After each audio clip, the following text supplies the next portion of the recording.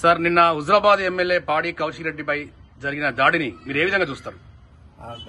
కౌశిక్ రెడ్డి మీద జరిగిన దాడిని మేము ఖండిస్తున్నాం తీవ్రంగా. మా పార్టీ సీనియర్ కార్యకర్తలుగా మా కౌశిక్ రెడ్డి చేసిన వ్యాఖ్యలు ఏవైతుందో దానికి మేము సపోర్ట్ చేస్తున్నాం.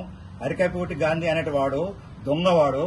వాడు ఏదైతున్నా మా పార్టీలో కేసీఆర్ దయవల్ల కేసీఆర్ టీఆర్ఎస్ కండవ ఒప్పుకొని వాడు ఏదైతే ఎమ్మెల్యే గెలిచి వాడు గిసొంటి వాడు నేచర్ ఉంటే మా పార్టీ అనేది ఈ పార్టీ నుంచి ఆ పార్టీకి పోతే కరెక్ట్ కాదు.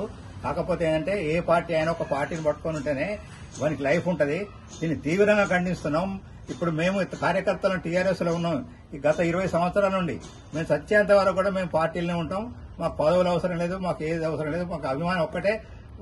వాడు ఏవైతే కట్టపూడి గాంధీ గారు ఉన్నాడో గాంధీ గారు ఉన్నాడో వాడు హౌలా కిందికి గాజులు చీరలు మా కౌశిక్ రెడ్డి ఏదైతున్నాడో వాటిని మేము సమర్థిస్తున్నాం.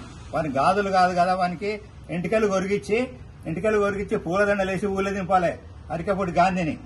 ఇది మా కార్యకర్తల మాట.